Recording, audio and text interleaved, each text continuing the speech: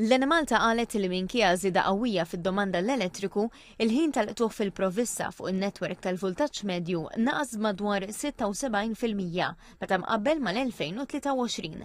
Dan tabar waqt laqgħa tal-MCSD li matula l-Enemalta ġġornat lill-imsieħba soċjali dwar il-programm ta' investiment ta' 141 miljun euro bejn l-2023 u l-2026.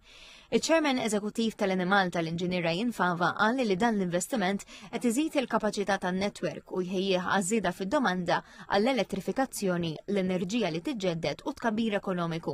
Qal li r-riżultati juru li l-investiment qed iwassal għal netwerk aktar reżiljenti.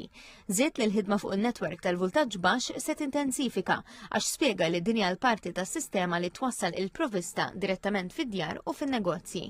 Mill-2023 l-hawn l-Enemalta l-istiet 190 substation ġdida f'Malta u 18 oħra f'Għawdex.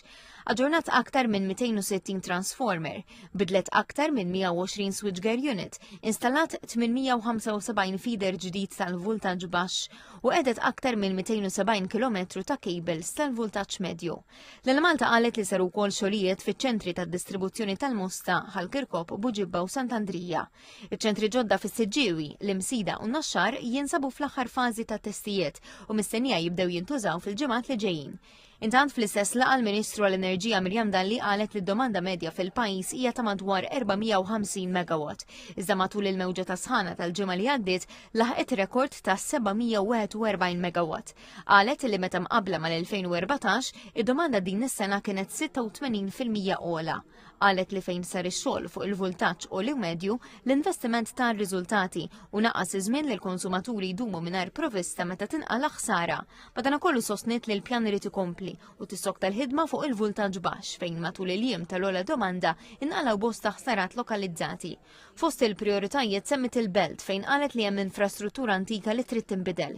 Minħabba n-natura sensittiva tal-kapitali, il-Ministru qalet li x-xogħol irid isir b'mod gradwali u f'konsultazzjoni mal-komunità kummerċjali, mar-residenti, mal-Kunsill Lokali u ma' Infrastructure Malta.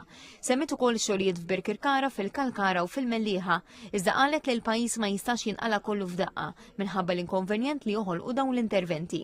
Dr. Dalli appellat għal kontribut tal-imsieħba soċjali dwar miżuri li jistgħu jgħinu biex waqt perjodi ta' domanda massima il-konsum tal-elettriku jkun aktar responsabbli bla ma jintlaqtu l-konsumaturi.